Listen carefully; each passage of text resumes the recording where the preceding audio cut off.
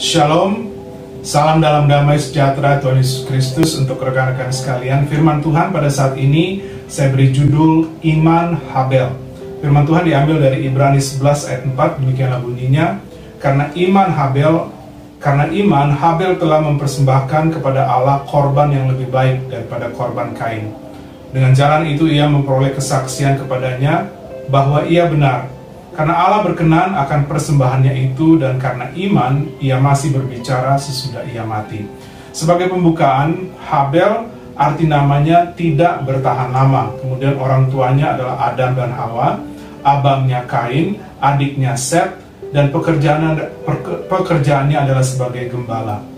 Habel juga adalah martir pertama, artinya orang yang mati dengan melakukan yang benar, atau orang yang mati demi melakukan yang benar. Kemudian renungan ini saya bagi dalam 3 bagian. Yang pertama, persembahan yang lebih baik.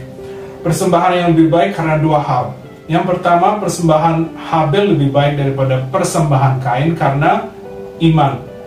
Ayat kita mengatakan karena iman Habel telah mempersembahkan kepada Allah korban yang lebih baik daripada korban Kain. Kemudian persembahannya lebih baik karena firman. Roma 10 ayat 17 mengatakan, jadi iman timbul dari pendengaran, dan pendengaran oleh firman Kristus. Pertanyaan pertama, siapa tahu siapa itu Nabi? Amos 3 ayat 7 mengatakan, sungguh Tuhan Allah tidak berbuat sesuatu tanpa menyatakan keputusannya kepada hamba-hambanya para nabi. Berarti Nabi menerima firman dan memberitakan firman Allah. Kemudian pertanyaan yang kedua, siapa yang tahu Nabi yang pertama? Jawabannya adalah Habel. Lukas 11 ayat 50 sampai dengan 51, supaya dari angkatan ini dituntut darah semua nabi yang telah tertumpah sejak dunia dijadikan, mulai dari darah Habel sampai kepada darah Zakaria yang telah dibunuh di antara mezbah dan rumah Allah. Bahkan aku berkata kepadamu, semuanya itu akan dituntut dari angkatan ini. Berarti semua nabi juga bersaksi tentang percaya kepada Kristus untuk pengampunan dosa. Kisah Para Rasul 10 ayat 43, tentang dialah semua nabi bersaksi bahwa barang siapa percaya kepadanya, ia akan mendapat pengampunan dosa oleh karena namanya. Kemudian prinsip penting pengampunan dosa harus selalu melalui penumpahan darah. Ibrani 9 ayat 22, dan hampir segala sesuatu disucikan menurut hukum Taurat dengan darah, dan tanpa penumpahan darah tidak ada pengampunan. Jadi Habel tahu dari Tuhan bahwa persembahan yang terbaik adalah harus tertumpah, harus ada penumpahan darah. Kemudian persembahan Kain tidak ada penumpahan darah karena persembahannya adalah hasil bumi. Kemudian yang kedua, perkenanan karena benar. Ayat kita mengatakan dengan jalan itu ia memperoleh kesaksian kepadanya bahwa ia benar.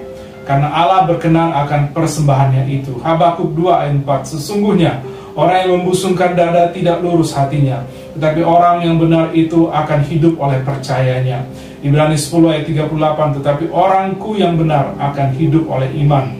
Roma 10 ayat 17, jadi iman timbul dari pendengaran, dan pendengaran oleh firman Kristus. Saya bacakan kejadian Kain dan Habel dari Kejadian 4 ayat 1 sampai dengan 4. Kemudian manusia itu bersetubuh dengan Hawa istrinya, dan mengandunglah perempuan itu lalu melahirkan Kain. Maka kata perempuan itu, aku telah mendapat seorang anak laki-laki dengan pertolongan Tuhan. Selanjutnya dilahirkannyalah Habel adik Kain.